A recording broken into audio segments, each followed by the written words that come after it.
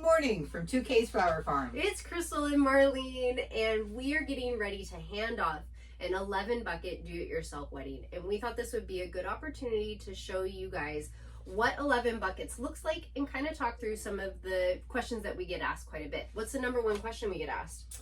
Number one question, stem count in each bucket. You can expect 50 to 60 stems.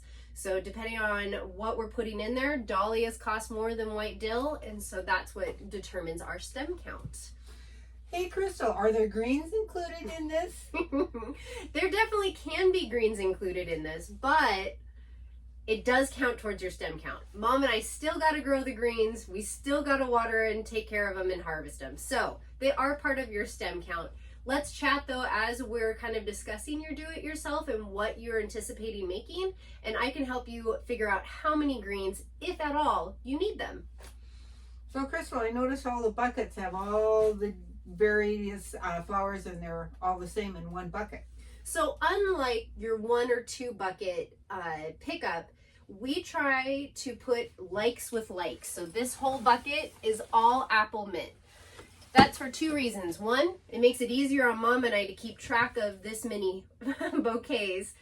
And 2, it helps you when you're going through and designing, you're not having to try and pick through. So that's why we do that. Okay, if I'm going to pick up my flowers, what kind of big vehicle should I bring? Well, you can see 11 buckets. We could maybe fit it in the back of an SUV, but if you had a whole bunch of buckets plus, like, let's say meadow arches, statement pieces, any of those kind of things, we're going to definitely need more room. And I can tell you, an open pickup truck is not okay.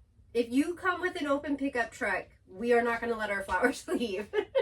That would be because of the wind. Yes, it'll blow the design in your flowers to smithereens. All our hard work will go out the door.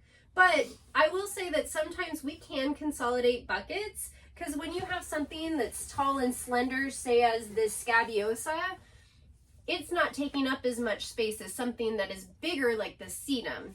So we can consolidate buckets once you get here if space is tight. Hey Crystal, what day should I pick up my buckets? Day of, day before? I always suggest as close to the event as you can, but hey, that's not how life works all the time. And so you can pick up the day before, just as long as you have a cool, dark place. If your venue has a fridge, not freezer, if you can carve out space for these, great. If not, just someplace cool and dark will help keep your flowers looking their best the longest. How about returning buckets? Do we want buckets returned? We do not need the buckets returned. We actually recycle these buckets. We get them from the local grocery store, so these are actually their second life. And so you don't need to return them to us, but we appreciate the thought. We like to share. So I hope that answered some of the questions regarding large bucket weddings. If there are any questions that we didn't think of in this video, please reach out and let us know, and we'll try and help answer them. Thanks so much. Bye.